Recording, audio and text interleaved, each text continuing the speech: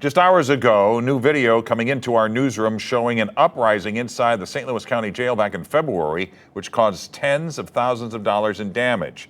At the time, the previous acting director refused to release information to the county council. 5 News 5's Laura Barczewski is taking an in-depth look at what went wrong. Laura?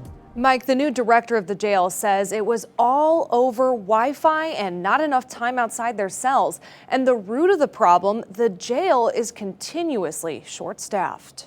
The new St. Louis County Jail Director Tim Ware says on February 7th, dozens of inmates at the jail in Housing Unit 7C refused to go back in their cells. In this video provided by the county, you can see guards telling the inmates to go back in their cells around 5:15, and some of them appear visibly frustrated, throwing up their hands when speaking with the guards. We had 34 residents that were unhappy with the status of the Wi-Fi, their time out in the day room, and how they could make phone calls. You can see the inmates at various points holding their tablets in the air, trying to get service. Those tablets are their primary form of communication with their families and attorneys. Ware says the inmates' complaints were legitimate, and as a jail, they have to do better.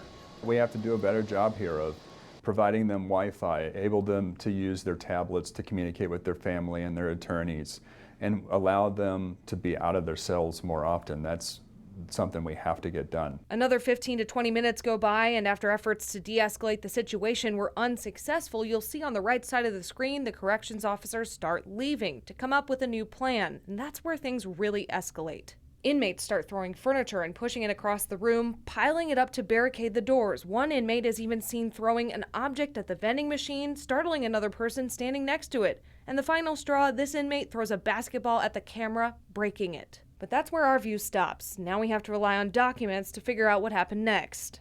Ultimately, it lasted about 40 minutes altogether. The corrections officers made a plan, and they had to use chemical dispersants to calm everything down and back the residents away from the doorway. After that was done, the floor was restored, security was restored in the floor, and our medical staff came to treat any injuries there were. An incident report provided with the video shows things weren't under control until 3 hours after the inmates first started refusing to go back in their cells. Ware says staffing is the root of several problems, and they're about 80 corrections officers short. We can't use that we're short-staffed as an excuse. We have to be creative and figure out a way to do it. We are pushing very hard to hire more people.